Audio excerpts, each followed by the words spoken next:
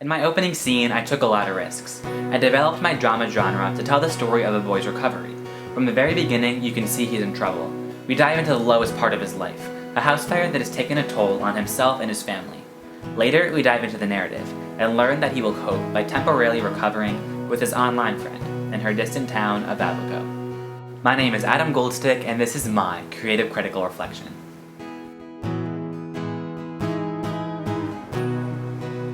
From the very beginning, as his house is engulfed in flames, the genre itself, being drama, is established. You can see the character is in trouble, and that his usual life will most definitely not be the same. It's dramatic, but this tense and overwhelming scene is contrasted with more of an uplifting acoustic song that was written as an original for this film.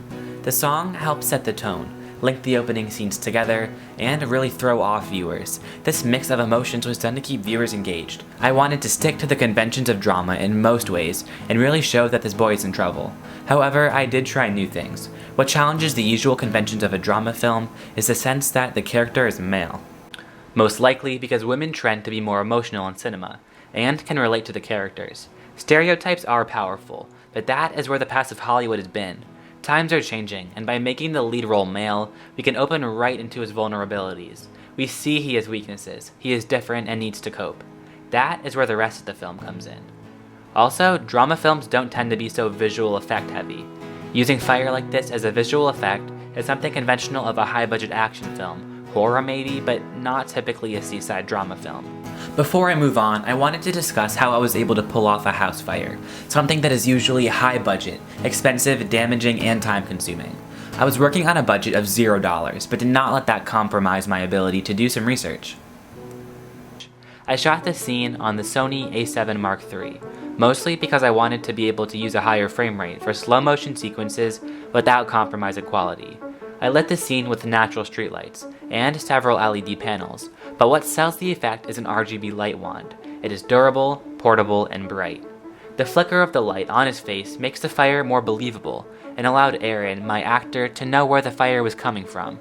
The only other practical effect that I used to sell the scene was a fog machine. It made the fire a little more convincing, and added detail to the scene that would be hard to sell in post. From there, I chose my clips and imported them into Adobe After Effects. With the help of some friends, I downloaded some fire motion templates, tracked them to the scene using Mocha, and touched it up with some color. You can see here how I chose to direct the scene. I tried a lot of new things and ended up venturing far off from my storyboard, mostly because I couldn't get the fog to stay in the same place for enough time. I also could not get enough light on his face, and needed to keep the camera as steady as possible. The camera movement in the first sequence also throws off viewers. I decided to go handheld for the first shot. His life was unsteady. His mind is literally shaking, and it's like viewers are standing there right beside him, witnessing the disaster first person. Then it shifts. As he runs away, the camera gets a grip. His life is moving slower.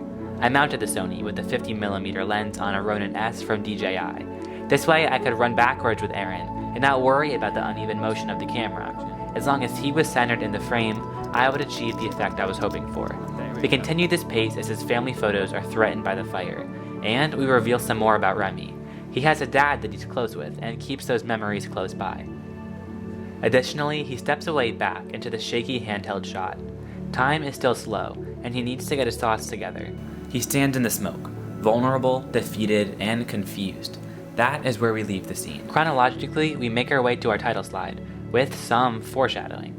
We see the colors in the piece of ABACO. We can't make out what we're looking at, but we can see some cars, a clear sky, blue ocean, and bushes. I achieved this through two separate drone shots, using the DJI Phantom 3 Pro. I overlaid them, lowered the opacity, and flipped a shot of the road. Here, I also introduced my title slide. I chose a clean, thin font that remains consistent through the film. It's not distracting and stays with the conventions of drama. It's like the films I used for inspiration. Pictured here is Moonlight, Carol, The Shawshank Redemption, and some others. Then we move into his discussion. But before we do, we look down on his white Jeep. We assume he's driving to the place where he sparks his FaceTime conversation with Blair. By looking down on him, there has been a shift. At first, we were right there with him, by his side as his life was falling apart. Now we watch a story in third person, almost having power over him, and putting what we know of him so far into perspective. We show some cars on the side of the road to hint that he's not alone in this town in New Jersey. There are other stories that he passes by, although he is the only one we'll focus on. The remainder of the sequence is conversational. We meet Blair, a simple girl of similar age that is introduced as his online friend, and that he has clearly gotten close with. He sits in his white Jeep. It's modern. The white color matches his innocence and purity, and holds hopes of something being positive. The conversation takes place in two locations. Remy has parked by a lake, and Blair is talking from her wealthy backyard. You can see some upper-class houses in the background of her call, sitting on the water across from her. Directing a conversation separately like this, that sets the foundation for the narrative had its pros and cons. I was able to work with each actor separately. Time was not as much of an obstacle, and I could help the actors reach their potential. I could nail my vision and do lots of takes until I got exactly what I wanted. For the 30 seconds of screen time that Blair has, I had over 15 minutes of recorded dialogue, between reaction, response, and emotion. It became hard because the actors were never actually together. They never even talked about this project beforehand, and couldn't really bounce ideas off each other. I had to direct the consistency to make it feel as if they were actually talking to each other. I did this by overlapping dialogue, using J and L cuts in post-production, and really showing a reaction to what each other were saying. Blair rolls her eyes, Remy grabs his forehead in frustration, and so on. Blair invites him down to ABACO. He is hesitant, but the conversation ultimately ends in Blair's favor, with her best intentions forward for Remy. Having an iPhone in the scene reinforces the idea that the story is happening in the present, and is something that most teens can relate to. It makes him fit into the modern normal. I relied on natural light for this scene, but also used several LED panels to work as my key and fill lights. I wired a lavalier microphone through the sunroof above for clear sound, and also placed my camera strategically. Without breaking the 180-degree rule, I had the camera on a motion-controlled slider by Zion, which was on a tripod. Action. This way I could get the motion I wanted, with a crew of one, and focus all my attention on the monitor. I could watch for continuity and any other potential errors. I closed the sequence the way it started. Remy is distraught, and this reinforces the idea that he's still thinking about it. As an audience, we get closer to Remy by almost reliving his thoughts. We will continue to learn more about that horror night in the full feature film, why he blames it on himself, and how he starts his new normal. For post-production, I assembled the project in Final Cut Pro 10, because I was familiar with it. It allowed me to edit fast and use programs like Motion Visual Effects to directly import the color presets that I designed on DaVinci Resolve. I could work with my After Effects imports and build a library where my footage and audio were in the same place. I chose Final Cut over a program like Adobe Premiere, primarily because of Final Cut's appeal to use more imported effects, like blur and easy motion tracking. I could render my project instantly at high quality and run without issue on my Mac. When it comes to distribution, I can look at other feature films of the same genre. Drama films like Moonlight from 2016 were distributed through A24 and now stream on services like Netflix, Amazon Prime, YouTube, and more.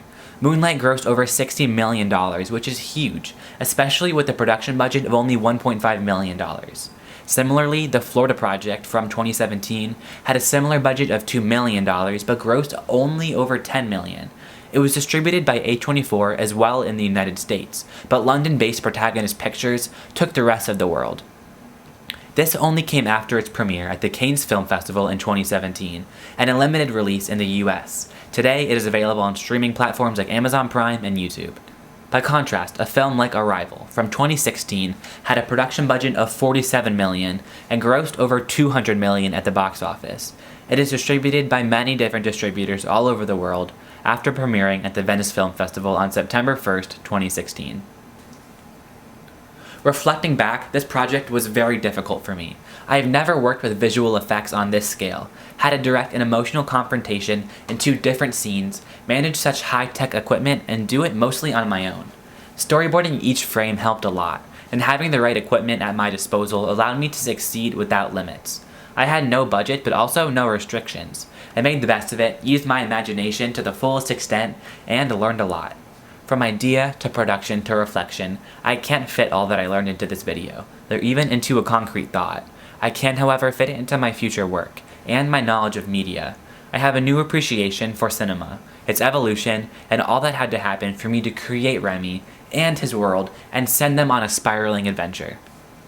From my bedroom, this has been my ABACO. Like Remy, I hoped for the best. We used our past to shape our future, and we will keep working to understand the world around us, despite all the obstacles we face.